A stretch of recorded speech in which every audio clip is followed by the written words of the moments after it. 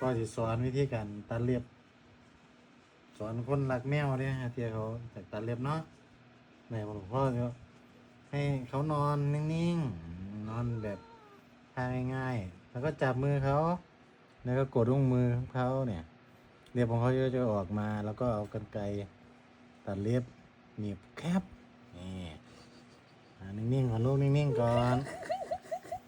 งวยนั่งนอนตักของเราให้ดีแล้วก็กอดเข้าไว้แล้วก็จับวงมือกดสักหน่อยปึ๊บเล็บของเขาจะออกมาพอเล็บออกมาแล้วก็เอากรรไกรหนีบแคบแคบแคบ